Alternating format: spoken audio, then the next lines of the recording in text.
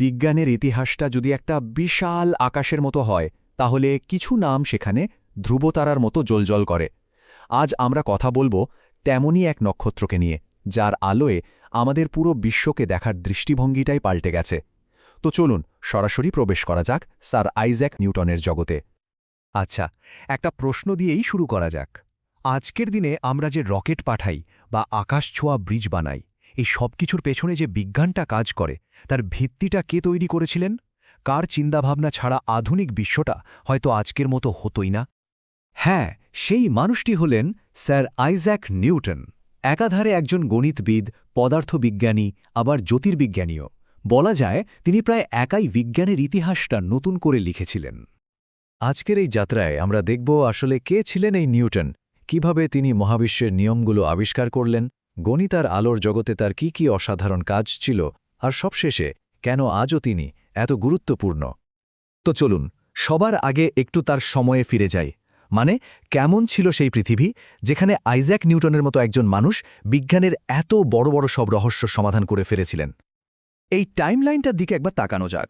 দেখুন, ১৬৪৩ সালে এক গ্রাম্য পরিবেশে তার জন্ম, আর সেই মানুষটাই তার জীবনে বিজ্ঞানের এমন সব শিখরে পৌঁছেছিলেন যে ১৭০৫ সালে রানী অ্যান নিজে তাকে স্যার উপাধি দেন। ভাবা যায়। আর ১৭২৬ সালে যখন তিনি মারা যান, তখন তিনি শুধু একজন ব্যক্তি নন, আক্ষরিক অর্থেই একটা প্রতিষ্ঠানে পরিণত হয়েছিলেন। নিউটনের জীবন তো জানলাম, কিন্তু তার আসল জাদুটা ছিল তার আবিষ্কারে। চলুন এবার দেখি কিভাবে তিনি মহাবিশ্বের সেই নিয়মগুলো খুঁজে বের করেছিলেন যা আমাদের চারপাশের গ্রহ নক্ষত্র সবকিছুকে একটা সূত্রে বেঁধে রেখেছে। তার প্রথম আর সবচেয়ে যুগান্তকারী আবিষ্কার ছিল গতির এই ৩টে সূত্র। একবার ভাবুন তো, এই সহজ ৩টা নিয়ম দিয়ে একটা বল গড়িয়ে যাওয়া থেকে শুরু করে গ্রহদের কক্ষপথ পর্যন্ত সবকিছু ব্যাখ্যা করা যায়। এক কথায় বলতে গেলে এই সূত্রগুলোই হল ফিজিক্সের অ আ ক খ এর মতো। আর এখানেই নিউটনের আসল প্রতিভাটা বোঝা যায়। তিনি ভাবলেন যে শক্তিটা একটা আপেলকে গাছের থেকে মাটিতে টেনে নামাচ্ছে, সেই একই অদৃশ্য শক্তিই তো চাঁদকে পৃথিবীর চারপাশে আর পৃথিবীকে সূর্যের চারপাশে ঘুরতে বাধ্য করছে। মানে মহাবিশ্বের সবকিছু যে আসলে একই নিয়মে চলে, এই সহজ কিন্তু গভীর ভাবনাটাই ছিল একেবারে বৈপ্লবিক। কিন্তু নিউটন কিন্তু শুধু মহাবিশ্বের নিয়ম কানুনগুলোই খুঁজে বের করেননি। সেই নিয়মগুলো বোঝার জন্য তিনি একেবারে নতুন কিছু হাতিয়ারও তৈরি করে ফেলেছিলেন।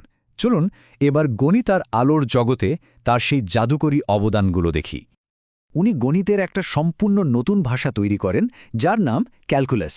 এটাকে অনেকটা একটা মোশন ক্যামেরার মতো ভাবতে পারেন, যা দিয়ে শুধু স্থির ছবি নয়, বরং কোনো কিছুর পরিবর্তনের হার বা গতিকেও একদম নিখুঁতভাবে মাপা যায়। আজকের দিনে প্রায় সব বড় বড় ইঞ্জিনিয়ারিং প্রজেক্ট কিন্তু এই ক্যালকুলাসের ওপরই দাঁড়িয়ে আছে। এখানেই শেষ নয়, তিনি আলোর রহস্যও ভেদ করেছিলেন।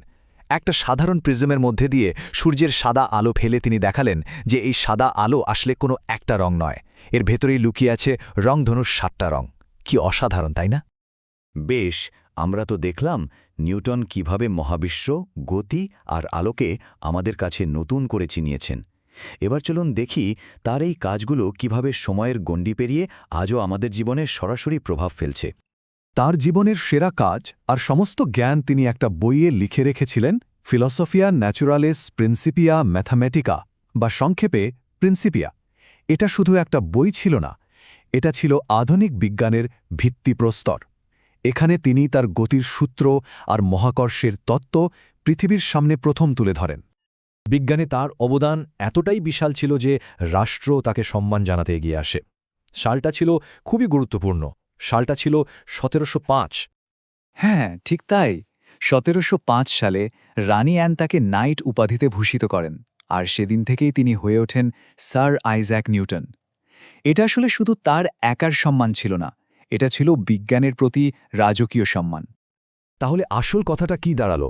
নিউটনের তত্ত্বগুলো কিন্তু শুধু দইয়ের পাতায় আটকে নেই, সেগুলো আমাদের চারপাশে জীবন্ত।